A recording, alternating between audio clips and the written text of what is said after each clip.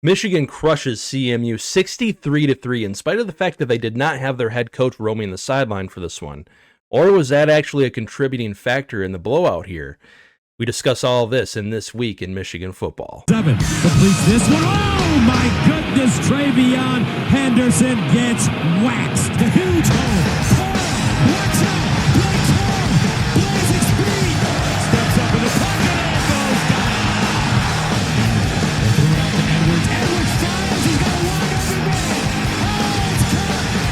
Robert Wilson. Wilson throws deep. Got a wide open receiver. Cornelius Johnson. Donovan Edwards. Down the sideline. Gets past Ransom. Donovan Edwards. Touchdown. Call with a hole. Down the sideline. Gonna get there. Blake, they're great. They fake the forward. Underneath. Intercepted. Michigan. Will Johnson. Makes the cut. First down. Spins and scores. Blake Corr. Pushing low snap. Melrose stop. Michigan makes a stand. The other direction down the seam. It's intercepted by Sanderstill. Mikey Sanderstill. Moss, quick throw. Intercepted. It's going to be a pick six. Things dragging Trojans. Broke free. Mullins in the clear. And look at this second effort. Mullins down the sideline out of bounds at the Ohio State 15. Pass. Milroe is pressured and he goes down.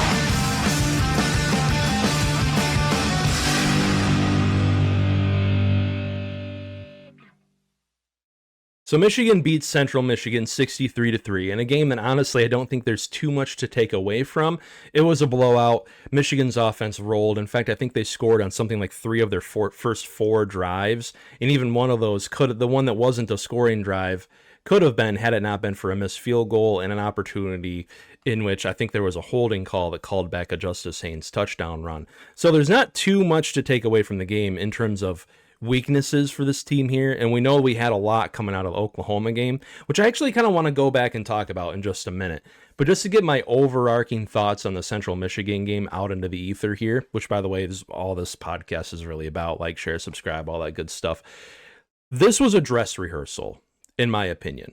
This was really getting ready for the Big Ten schedule, and also in a neat little way, in a smart little way, Michigan putting some things on tape to warn everybody in the Big Ten out there, you need to be on watch for this, which I thought was a really, really good, really tactful decision by Chip Lindsey and company, because we saw some Bryce Underwood runs in this game. We saw G lead. We saw quarterback G lead. We saw QB counter, and we saw an instance of QB power in this game, called quarterback run plays. By the way, there was a quarterback draw. 4 or 5 little quarterback run plays sprinkled into the game plan here, sprinkled into the play calling, on top of Bryce Underwood being able to scramble in this game. And I say being able to, because I know a lot of people out there have speculated, like we said, like we mentioned in our intro. It's interesting the fact that Sharon Moore wasn't on the sideline for this one, and now we literally, really let Bryce Underwood rip it in this game. Let him run downfield a little bit. We let him get more creative. Really felt like we pulled the reins off of Bryce in this one. But I also feel like it might not have just been Sharon Moore. This might have been the plan all along. This might have been the plan, to let him get a game in of just trying to stay in the pocket, get comfortable as a college quarterback, hanging in the pocket, making good reads, making good throws. We saw the C.J. Stroud game, in other words, against UNM. Stayed in the pocket largely. Sometimes we had a moving pocket. Sometimes we had him rolling out on half-field reads. But they largely seemed to ask him to hit throws downfield. Then we saw the Oklahoma game plan. And we're going to get into the Oklahoma game plan here in a minute, because I also think this is kind of a good stopping point. You know, we're heading into Big Ten play. We can kind of look back on the non-con schedule and talk about what we've learned about this team. The OU game plan, the only way I can describe it, is they really held the reins in on him. I think they wanted him to get used to playing on the road in a big environment, in a big spot. And unfortunately, I think they were afraid of Bryce making mistakes. And I think that was a mistake in that particular game plan. But I digress. We'll get into it in just a minute here, like I said. This game was, well, it was like the note from The Bear. That's what I kept reminding me of through the game. If you watch The Bear, the great television show out there on FX or whatever it is, the older brother, the younger brother who starts the restaurant finds out later that his older brother who had passed away left him a note, and that note, all it said was, "Love you, kid, let it rip." And I was like, that seemed to be the kind of thing that the kind of message they gave to Bryce before the game, because in this game, well, they let him rip. They let him have at it. We had some quarterback runs. We had QB power. We had G lead. We had a quarterback G lead. We had quarterback power. We had quarterback counter. We had, well, some Bryce Underwood scrambles where it really felt like he was more confident and poised and kept his cool, by the way. Never lost his cool. Never made a bad decision in this game, really, outside of the interception, which, by the way, with a quarterback like Bryce, I'm fine with him throwing the occasional interception, because for every interception he throws, there's going to be like 5, 6, 7 big plays that he makes that outweigh that interception. But again, I digress. And I think in a way, call me conspiratorial, and maybe I'm delving into the speculation and the tea leaf reading that we like to do as Michigan fans here, but I feel like this might have been a strategic, again, tactical decision, I should say, on the part of Chip Lindsey, and dare I say it, maybe even on Sharon Moore, because this seems like a ramp up. This seems like a progression. And now what do the other Big Ten teams, namely Nebraska, who Michigan has to play this week, what do they have to do?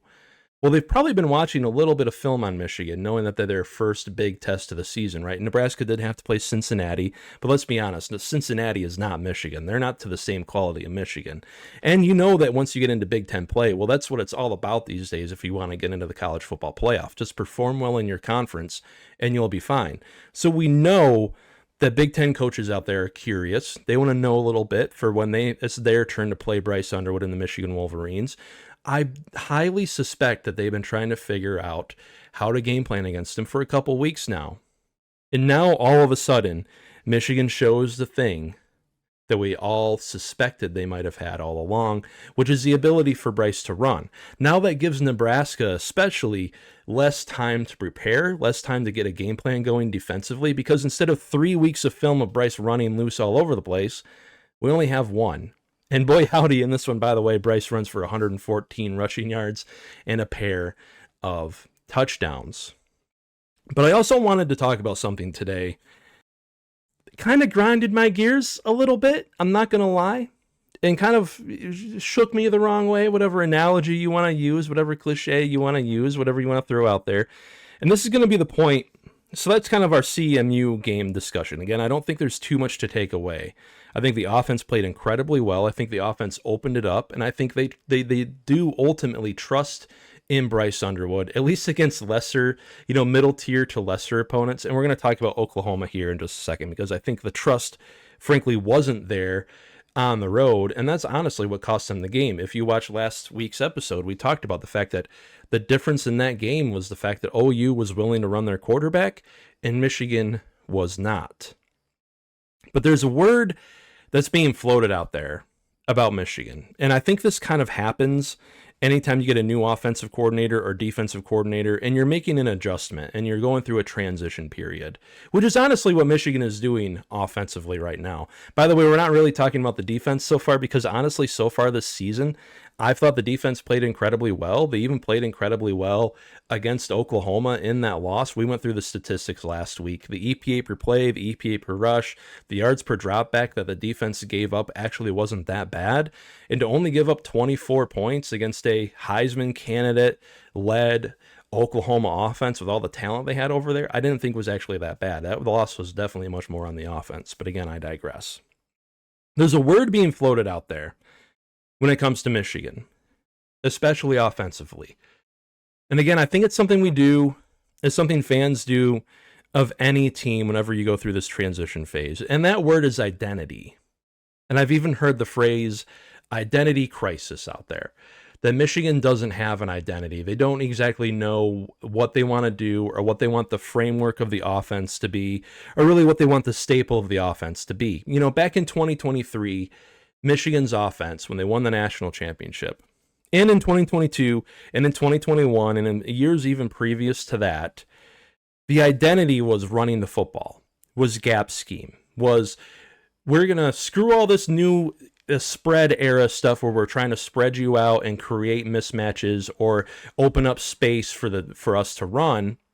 We're just going to block you. We're going to put two tight ends out there. We're going to run heavy personnel. We're going to use a fullback.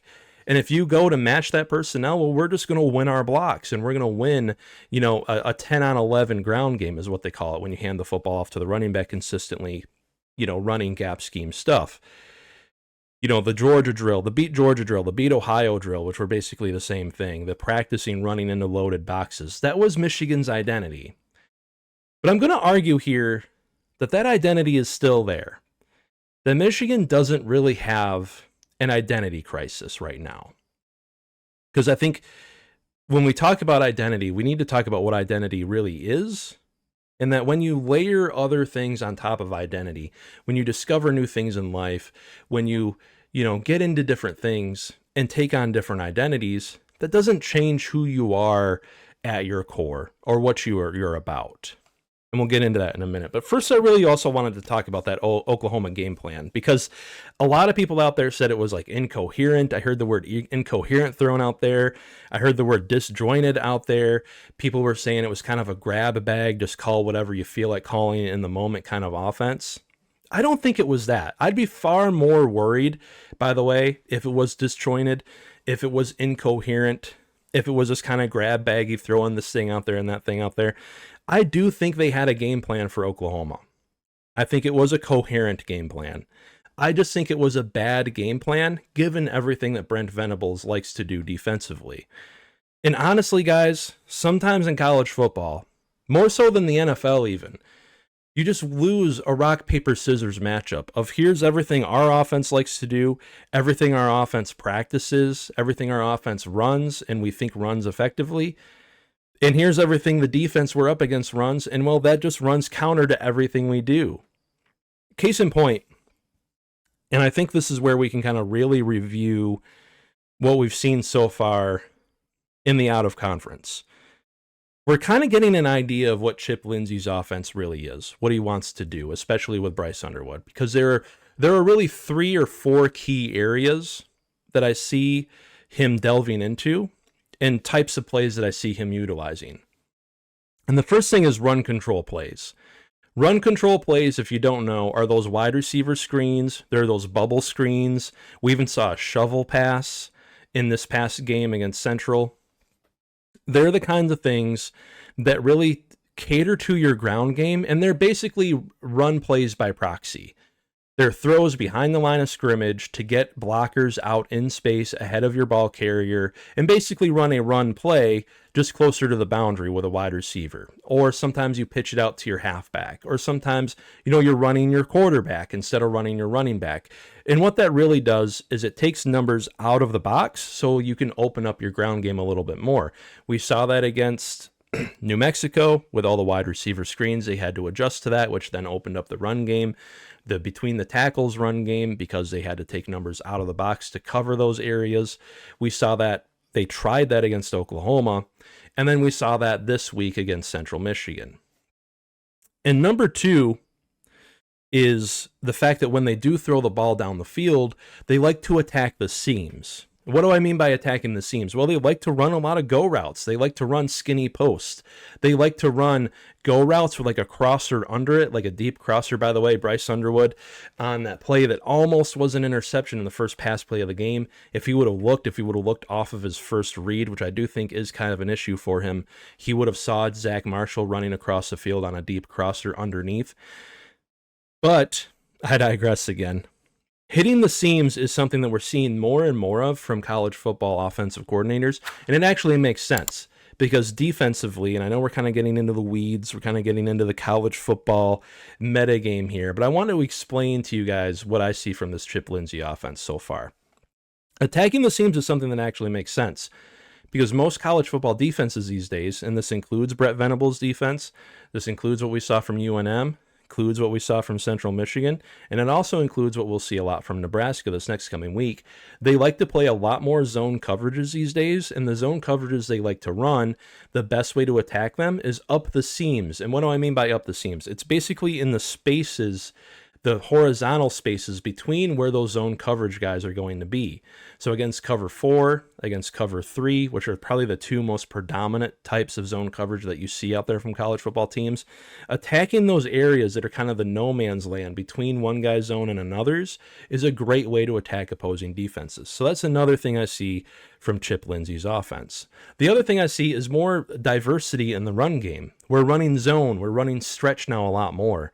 But getting back to that identity point, we're also seeing gap scheme runs. And the last thing I'll note when it comes to Chip Lindsey's offense, and I think it's actually a great thing that he's doing with Bryce Underwood. And by the way, this all comes back to Bryce Underwood. Obviously, he's the one running the offense here. They're doing the things that I think are necessary for when you have a freshman quarterback.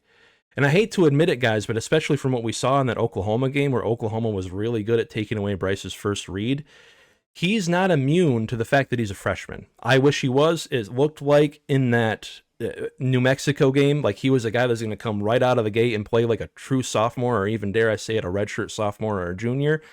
We found out in the Oklahoma game, and we found out in this game as he, threw it on an almost interception and then threw a ball that was an interception into the wrong coverage, into the wrong area. He's a guy that fixates on his first read often.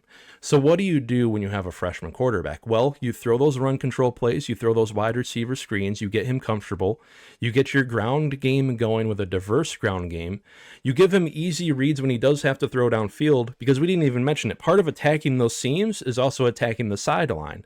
We saw a big box fade, by the way, to Hogan Hansen in this game for a jump ball. That's a key aspect of the offense that, well, we all talked all offseason about this team unlocking, and it looks like they've done it. By the way, a jump ball to Donovan McCulley as well in the Oklahoma game that was a seam attacking route.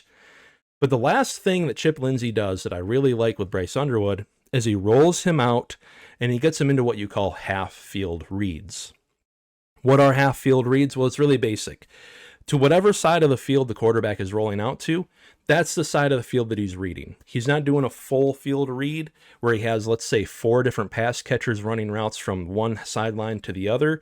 He's only having to read one half of the field. And most frequently, what I've seen for Michigan is they're running flood concepts, they're running levels, where you basically just have to read it from the first level at the very shallow, like a shallow crosser, to a corner route or a dig route to the sideline at the second level, and then a deep route that might be a fade or a streak or a skinny post or something like that on top of it. So you just have 3 reads you have to make.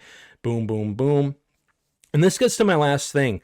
It seems like they finally open it up in this past game against Central Michigan, where Bryce Underwood's third read on a lot of plays is just his legs. And frankly, I think that's the way it should be, especially with a freshman quarterback, again, that sometimes will hang up on his first read.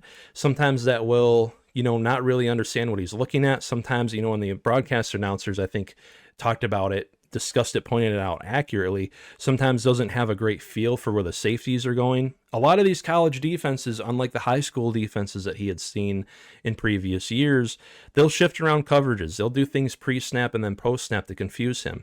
So a great thing to do with an athletic quarterback is to say, hey, kid, let it rip. If you don't see your first or second read, your third read is your legs. Get 5 or 6 yards, live to see another play, keep the chains moving. That's the offense.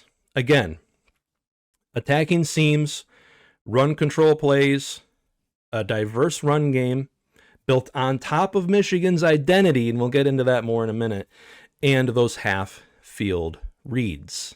So let's get back to that identity crisis question, and I think it really popped up after the Oklahoma game, so we're going to talk about it in the context of the Oklahoma game here. And first of all, I think we mentioned it a minute ago. A lot of people said that they thought the game plan was disjointed, that it was incoherent. I don't think that.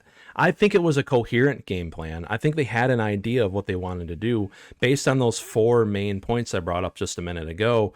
I just think that Oklahoma had a game plan to stop it. I think that Brett Venables knew what teams usually do as the experienced defensive coordinator that he is with a freshman quarterback, and he did everything that was necessary to counter it.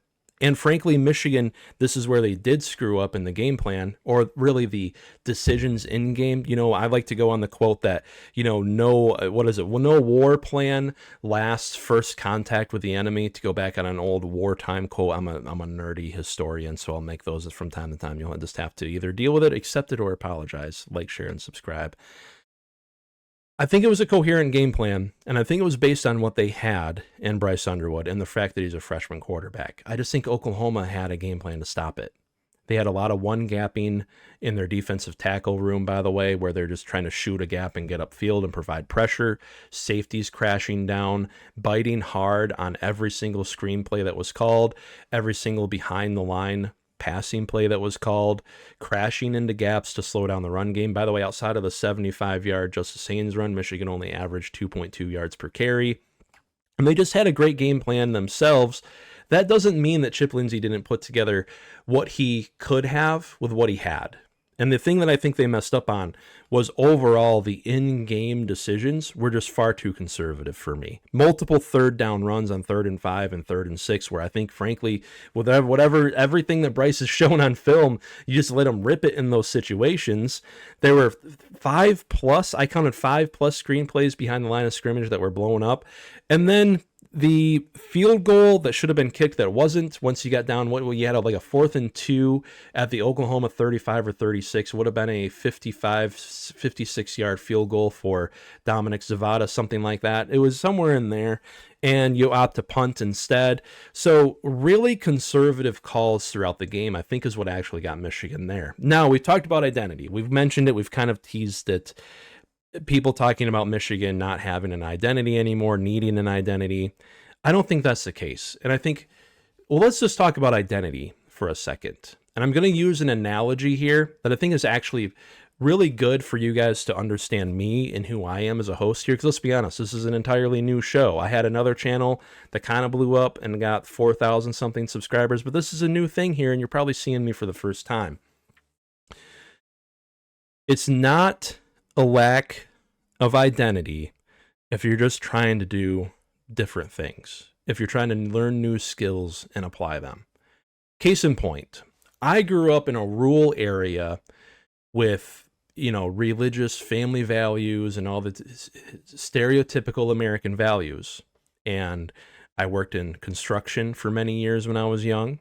Shout outs to Pipeliners Union 798.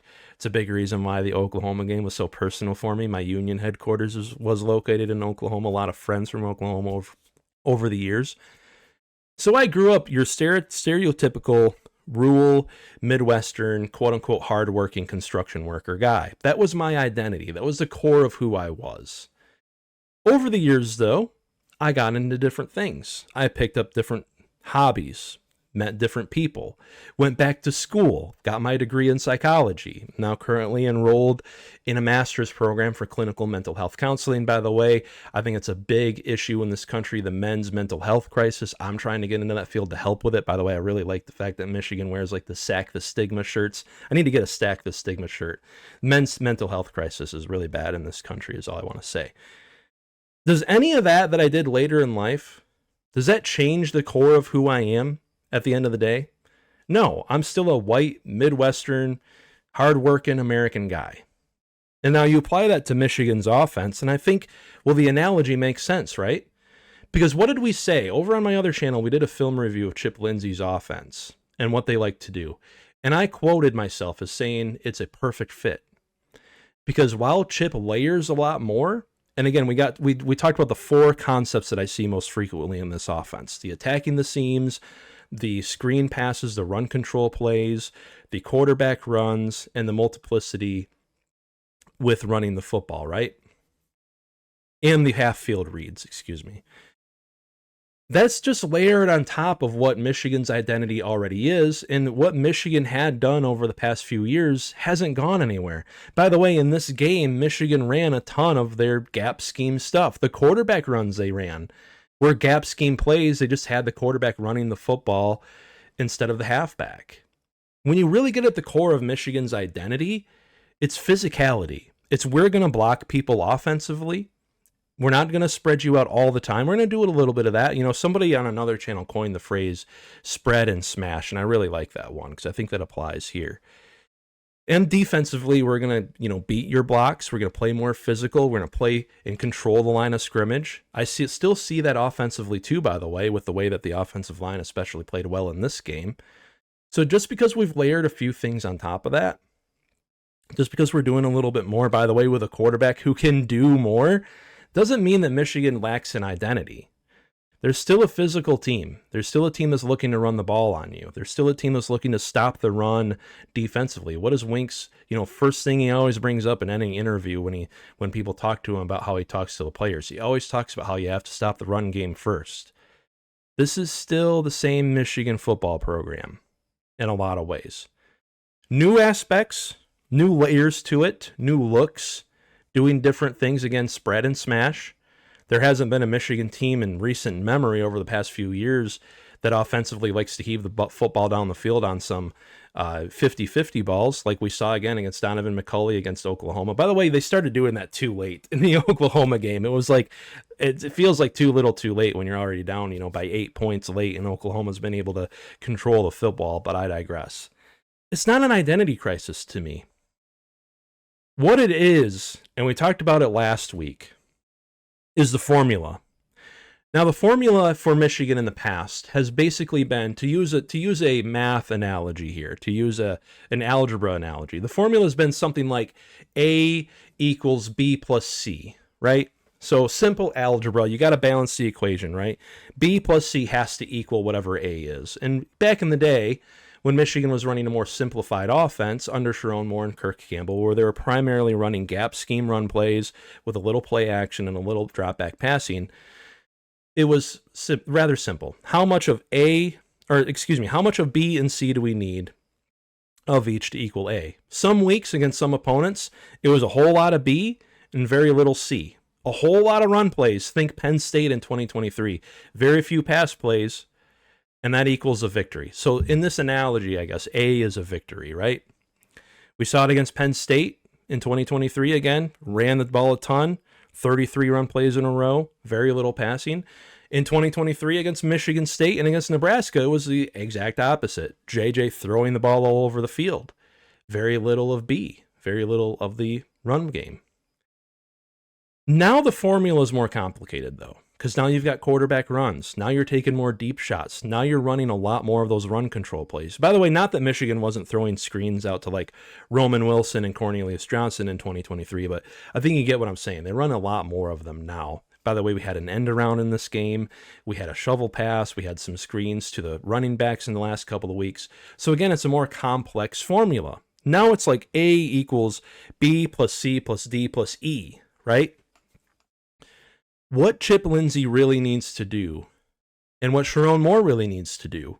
And by the way, I don't want to speculate too much. A lot of people out there are like, ooh, it's interesting. Without Sharon Moore, we scored a whole bunch of points. And I'm like, I got to see it. I got to see it, or I got to hear from somebody much more reputable and connected than myself on what exactly is going on there. So we're not going to get into the speculation. We're not in the speculation business here, by the way. By the way, you're not going to get any videos about like Joey Velasquez and the conspiracy theories around that on this channel. This channel is just about talking football. But again, I digress. A lot of digressions in this one. I say that a lot. People have noted it in the past, by the way. But the formula is more complicated. And in a week in, week out situation, what Chip Lindsey really needs to do is solve that formula. Again, if A is a victory, if A is the amount of points that need to get us to a victory in any given week, again, given the defense that I'm matched up against, how much of each thing do I need to do to get us there? That's what I see the issue being with this offense going forward. I don't think it's an identity crisis. I really don't. This team still likes to run the football. They still like to run all their gap scheme stuff. Duo is still kind of one of their out pitches. We saw the Mammoth package, by the way, where they brought in extra offensive linemen and tried to run off of that, tried to force a defense to fit extra gaps. That's what got them the touchdown in the Oklahoma game.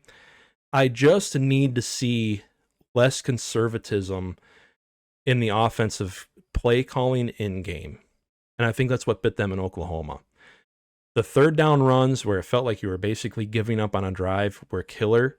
And the fact that you didn't let Bryce run the football One called run in that game, by the way, which got blown up because at that point in the game, Oklahoma's safeties were crashing on every single play. Again, Oklahoma had a great game plan. Tip your cap to them. That's what I see the issues being. You got to solve the formula. You got to get the balance right. And in any given week, depending on what any given defense is going to be doing to you, it's going to look a little different. And I think that's the thing, too. This is new territory for us Michigan fans. This is a different offense. We just got to get used to it.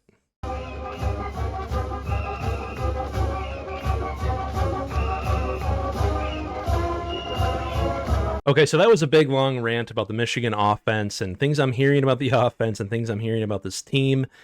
I think there was some overreaction to the Oklahoma loss. Personally, I had the Oklahoma loss marked as a loss throughout the offseason.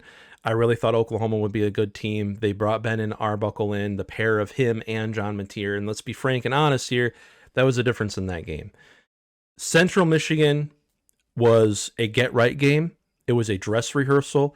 It was everything I wanted to see from this Michigan football team. And I think going forward, they are still going to be a threat in the Big Ten because, as you saw in this game, you saw Bryce Underwood unleash. By the way, you saw the offensive line play pretty decently. We haven't even talked about the offensive line yet, by the way. The offensive line, I think it's interesting so far this season. I think given the 3 games, and again, small sample size, just the out-of-conference schedule here, the 3 games in which we've seen them play in, they played really well against an inferior opponent. They played not so well against a superior opponent, and they played really well again against an inferior opponent. I think water finding its level there is that this is going to be a decent to good, if we're rating on a scale of kind of like decent to good to great to elite, it's going to be a decent to good Big Ten offensive line, and we'll see towards the end of the season if we can work guys like Ty Haywood in. Obviously, I'm not really excited about the fact that this team is rotating. By the way, you saw a bit of Greg Crippen and Jake Garnera in this game. But I think once they figure things out, it'll be a decent offensive line in the Big Ten. And with Bryce Underwood's legs, and again, that third read being his legs, I'm not really as worried about the offensive line as I was before this game. Because again, the note from the Bear, like in the show The Bear, it felt like they gave Bryce the note pregame that Mikey gave his younger brother, the Bear in The Bear. That it said like, love you, dude, let it rip, or something like that. It's almost like they gave him that. It's almost like that was Sharon's message to Bryce for this week. But I digress. Again, that's like the 4th digression in this one. Either way, we're going to get into our 3 big stats and our 3 big plays right here. And then we're going to talk a little bit about Nebraska, the upcoming opponent, opening up the Big Ten season. And then we're going to get out of here because I'm taking up way too much of you guys' time this week, ain't I? So for 3 big stats this week, I wanted to actually do some things because this game was a blowout, right? I could read off some insane stats about like Bryce's statistics. By the way, we have them on the screen there, or the fact that they scored 8 rushing touchdowns, which was like the first time in forever that they scored that many rushing touchdowns in a game, or any crazy statistic. Any statistic from this game would be a crazy one, right? Because it was such a big blowout. But again, it was to an inferior opponent. I don't think there's too much we can take away from this game other than the fact that I will say this: they played against an inferior opponent exactly the way you would expect a good Big Ten team to play against an inferior opponent. We're going to grade on a curve here, by the way. I'm going to give you credit where it's due, even when it comes to playing inferior opponents. If you do what you should be doing against them, hats off to you. And Michigan did that this week, by the way, where other teams didn't. Texas struggled with, who was it, UTSA. Teams around the country struggle week in, week out with inferior opponents, and Michigan didn't here, so pats on the backs for that. So 3 big stats so far this season is what I wanted to do here. First one, Michigan's offense is 25th in adjusted EPA per play this season at 0.06. Compare that to last season, and that's really what we're going to do here in this segment for 3 big stats this week. We're going to compare things to last season and see how much they've progressed under Chip Lindsey. Compare that to last season, they were 66th in that metric, moving up 50, oh, no, not 50. My math is terrible. Moving up a ton of spaces. There you go. 41. 41 spots, is that right? Sure, let's just say that's right math there. So, 25th in adjusted EPA per play compared to 66 from last season. I'd say you guys would say that that's a pretty good stat. Michigan under Bryce Underwood is 24th for our second out of the three big stats so far this season. 24th in yards per dropback at 6.36. That's not amazing, that's not elite, but that's pretty good. And again, compared to what they did last season, 24th so far this season at 6.36. Last year, 102nd at 5.18. A full yard and a half per dropback difference. And when you're talking about play to play, averages, that's a hell of a difference there. Hell of a difference. And then so far this season, they are 24th in EPA per rush. I know Michigan still had a pretty decent ground game last season compared to everything else going on the offense. But last season, they finished 66th as well in that metric. So 24th in EPA per rush from 66th. That's a pretty big jump as well. We'll see how the rest of the season goes. Obviously, we've played two cupcakes and one really good team so far this season. So I'm assuming some of those statistics, well, they will change. Let's be honest here. They might get better, but they might regress a little bit too. But 24th in EPA per rush compared to 66th is a good improvement. And it goes to show that with Bryce Underwood with an actual passing threat, with an actual downfield passing attack, that just opens up more opportunities for the rest of the offense. So those are the three big stats so far for the season, I guess you could say. Three big stats this week. Let's get into three big plays for this week. And I didn't really have any statistics. By the way, one of these isn't really a big play. It's just a big player in this game, I guess you could say. I wanted to shout out first and foremost, and in the first of our three big plays, I wanted to shout out the touchdown end around to Andrew Marsh. That to me, well, I have it in my notes. On my notes, I just wrote trust in all caps and I underlined it because I thought it was a great coaching decision, by the way, for Chip Lindsey and company. We know so far this season, we saw it in the Oklahoma game, we saw it in the first game of the season, Andrew Marsh whiffing on routes, not looking for the ball when it's coming to him.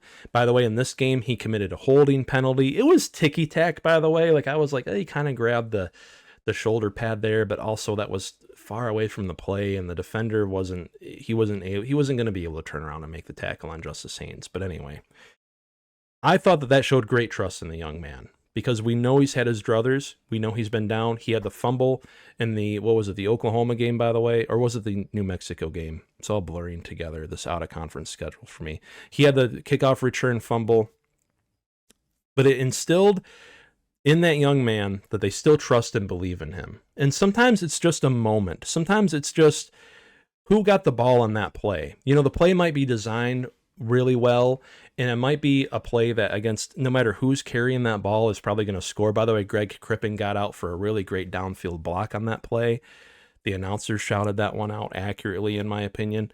Sometimes it's more about who you decide to give the ball to in that moment. And I thought that was really great. I thought that was a great coaching moment. And Chip Lindsey and company saying, hey, we still see you, kid. We know you're a talented player. We know you got this. I thought that was a great coaching decision. Give that man a little bit of confidence with everything that he's messed up with lately. As a true freshman, by the way. Can you imagine the pressure of being a true freshman and going out into Michigan Stadium in front of 110,000 people? I can't.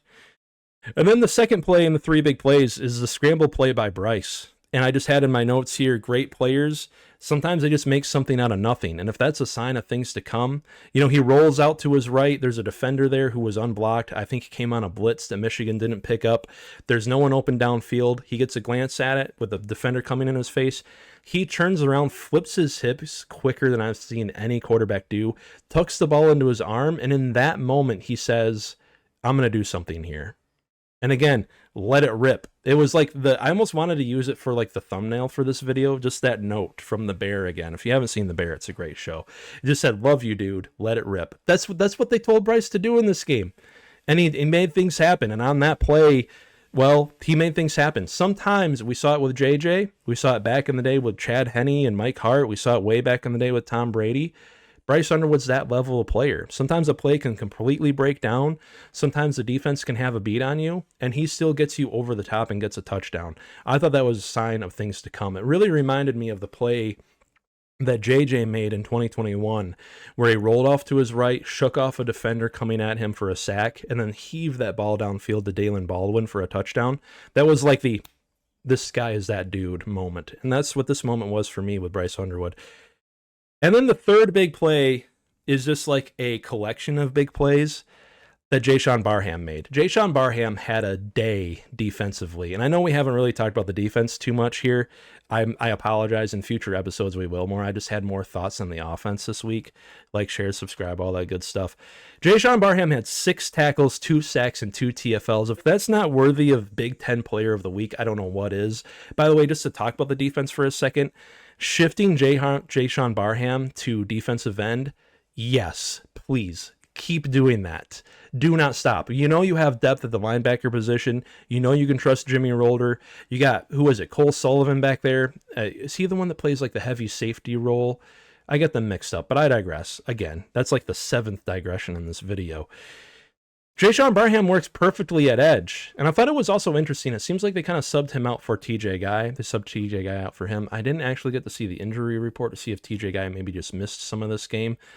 But either way, Jayshon Barham at one end and Derek Moore at the other, and then the defensive tackles that you have in the middle, that's a great defensive line. And Jayshon Barham, as we saw in this game, is not a guy you can leave unblocked on a naked bootleg.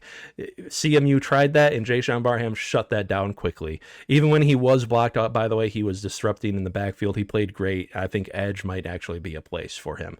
So those are our 3 big plays. Let's talk about Nebraska for a minute here, and then we'll get out. Okay, so in previewing Nebraska and really previewing any opponent, especially in the Big Ten coming up so far this season, I want to just break it down with simple nuts and bolts. How does the Michigan offense line up against Nebraska's defense? And how does Michigan's defense line up against Nebraska's offense? Or in other words, how would I game plan it if I'm Chip Lindsey or Wink Martindale? And I think the first thing to look at with Nebraska is they play like a 3-3-5 style defense. Just to get into more of the Michigan offense in here, I think we've covered a ton of the Michigan offense here. But again, the defense seems fine so far this season. By the way, holding CMU to just 3 points is exactly what I expect you to do against CMU. Nothing wrong with that whatsoever. We're going to talk a lot about the offense, though, I feel like, this season, because that's the focal point of this team now. The first thing to know about Nebraska's defense, if you're Chip Lindsey and the Michigan offense, again, they run a 3-3-5 style defense. So what does that mean? Well, odd fronts, you're going to have 3 defensive linemen, a nose tackle, defensive ends that are more involved in the run game than pass rush, and then you're going to have largely 3 to 4 linebackers out there, depending on the personnel you come out in. And from what I've seen so far from this season from Nebraska, is they're really, really, really asking a lot of their linebackers. Why are they asking a lot of their linebackers? Well, I have a couple of stats for you and a couple of reasons why I think Michigan, if they stick to this game plan, wins this game rather easily.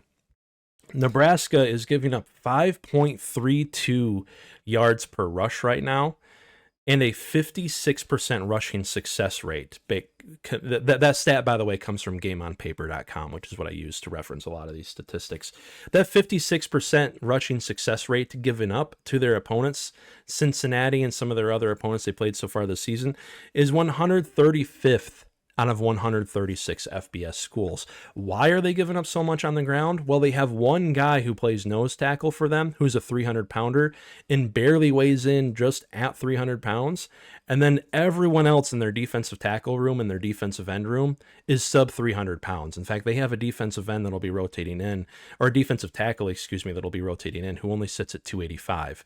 That plays in to Michigan's strength, or what is actually kind of a weakness, in that Greg Crippen, frankly, honestly, isn't as strong as you'd expect him to be at this point in his career. He gets the reads right, he gets the checks right, he often gets the protections right. He just gets beat sometimes, he gets whipped, and we saw that against Oklahoma, against guys like Jaden Jackson, David Stone, those highly rated 320 plus pound defensive tackles who were able to just bully him. Nebraska doesn't have that.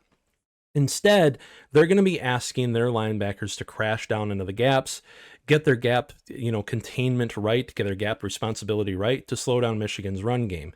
So I do think that Michigan will be able to run on this team. I do think also you'll be able to misdirect them a little bit, because I think that's going to be a focal point for them. Anyone who gets a read on Michigan, anyone who's watched tape on them for the past few seasons knows this team, again, getting back to identity, and I don't think this team has an identity crisis, as we discussed earlier.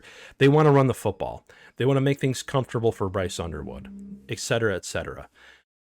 Nebraska, on the other hand, so that's kind of their defensive weakness. Their defensive strength is they still have guys like Malcolm Hartzog and guys in that defensive backfield who can go up and get the ball, who can play the ball, who have good ball skills, and may intercept Bryce Underwood a time or two in this game. I think you just got to make sure offensively, if you're Chip Lindsey, that again, you're attacking those seams, because Nebraska, like a lot of teams in college football, likes to call a lot of cover 3 and cover 4 on the back end. They will man you up sometimes, which is where I'm looking for Donovan McCulley downfield, where I'm looking for Hogan Hansen downfield. By the way, that great pass catch against Central Michigan. So there are chunk plays to be had, because I think Nebraska will have to commit a lot of resources to stopping the run. And there will be opportunities for Bryce to scramble. They don't have the best athletes at linebacker and at defensive back. They have good defensive backs, but not great defensive backs. And if you're getting Bryce Underwood, out in the open where he's up against a corner or a safety trying to tackle him, it's like Cam Newton. Like, those guys are going to have a hard time tackling him with just arm tackles. So offensively, I think you can run the ball against this team. I think this team will soften up, and they'll have to commit more resources to the box. So those wide receiver screens, by the way, out there to Samaj Morgan, out there to Channing Goodwin and company, will be there. And I think offensively, you can have a successful game. Defensively, it's another story, though. Nebraska, one of the key things to know about their offense is they brought in Dana Holgorsen, former West Virginia head coach, former guy who's been at a lot of places, let's be honest, over the years, and he's really improved the offense for Nebraska. They haven't been able to run as effectively as I think they'd want to. They actually got outrushed by Cincinnati a couple weeks ago, if I remember right. But they have Dylan Raiola, former 5-star quarterback. They have some good wide receivers, by the way. I'm blanking on names right now. I apologize for that. They brought in some guys in the transfer portal who are good wide receivers. But speaking of the transfer portal, and this is another weakness for Nebraska in this game, they brought in Elijah Pritchett in the offseason. And I kind of pumped the brakes on it, pass on backs. I was kind of right about it. Elijah Pritchett played left tackle for Alabama last year. And we saw what Derek Moore and company did to him last year in the Alabama game, in the bowl game. Weaknesses at left tackle and right tackle, and some weaknesses along the offensive line generally.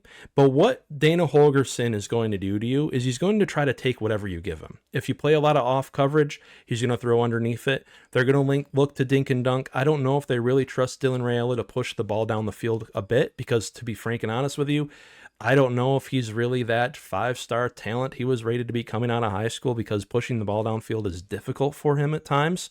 He will also throw interception here and there. He'll make a mistake. He tries to run around and do the Patrick Mahomes stuff. Honestly, I don't think he's as good at it as he thinks he is. And I think the game plan defensively should be to rely on your 4 pass rushers. And by the way, I do think this is a great opportunity for Jayshon Barham to continue playing defensive end, because I really like that. Occasionally bring a linebacker. Nebraska has some undersized running backs, by the way, so trying to get a running back to chip or even block a blitzing linebacker may be difficult for them. Get Dylan Raiola under pressure, by the way. He's one of those quarterbacks who kind of plays pretty well, when he's not pressured, and then the level of play under pressure just falls off a cliff. Some quarterbacks, every quarterback, no matter who it is, Aaron Rodgers, Patrick Mahomes, any of them, under pressure, their performance is going to dip just a little bit. But some guys, it dips more so than others. Dylan Raiola falls off of a cliff. So if you can get pressure on him, that might be a good route in some situations. But also defensively, just kind of playing within yourselves, playing, again, within the structure of the defense, this basic structure of that amoeba defense, and not doing anything too crazy, will mitigate them offensively. And again, Dana Holgorsen, if you just keep the lid on, keep 2 safeties back, play with your corners off a little bit, he's happy to acquiesce to that game plan of just making them march down the field, eat up clock, and then once you get into the red zone, force them to kick field goals. By the way, this team is not incredibly great in the red zone either. So I do think Michigan can easily win this game. They're favored by 3 on the road. So the fact that they're going on the road and they're still favored by 3 means a lot to me. That means a lot of the sharks, a lot of the sharps, whatever you call them. I'm not a big betting guy. I think they're onto something in this game. And hopefully next week we'll be talking about a Michigan victory to open up the Big Ten season. That's going to do it for this week in Michigan football. Really appreciate all you guys watching, following along. And if you like this, subscribe, follow along for more. Let me know how I'm doing. And until next time, as always, be kind to other people out there, and go blue.